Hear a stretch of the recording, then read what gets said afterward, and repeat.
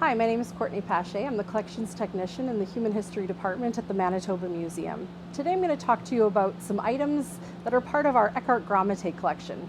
The Eckhardt-Gramatté Collection was donated by the Eckhardt-Gramatté Foundation, and that foundation was established in the 1980s to commemorate and celebrate the artistic work of German expressionist painter Walter Gramatté, and also all of the musical accomplishments of his wife, Sonia Eckhardt-Gramatté.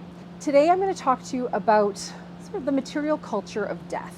So Walter Gramatté died quite young in 1929. He passed away after suffering with intestinal tuberculosis for many years following the time he served in World War I. His wife was very young and was devastated by his loss, and as a result she kept a lot of objects that related to his passing as a way to remember him and to memorialize him. And I'm going to start with the object that's underneath this cloth here. This is called a death mask.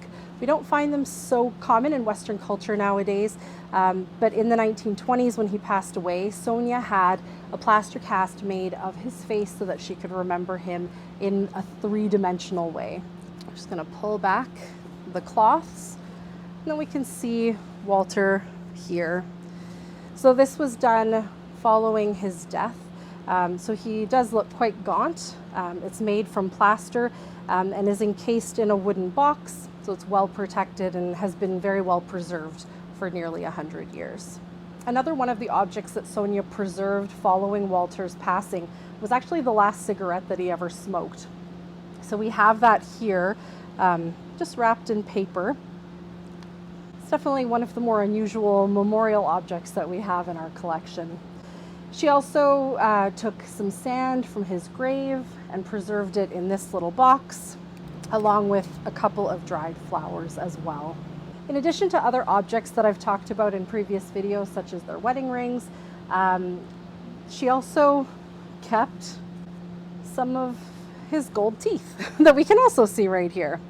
So the last object I'm going to talk to you about today is a small vial of cyanide.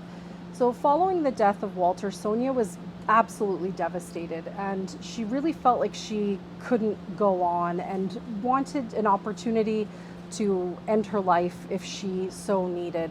And so she went to a chemist in Hamburg where her husband had passed away, and she bought this little vial. So you can see that the front label does say gift on it. It is not a gift. This is actually the German word for poison. You can see that the vial is intact and it has never been used because Sonia never felt the need to take her life. A few years after Walter's death, Sonia met Ferdinand Eckhardt, who was a huge fan of Walter Gramatté's work. And throughout their marriage, they continued to celebrate and cherish the memory of Walter together by not only researching and promoting his work, but also by creating an altar in their home where they displayed a lot of these items so that Sonia could remember her husband and everything she loved about him.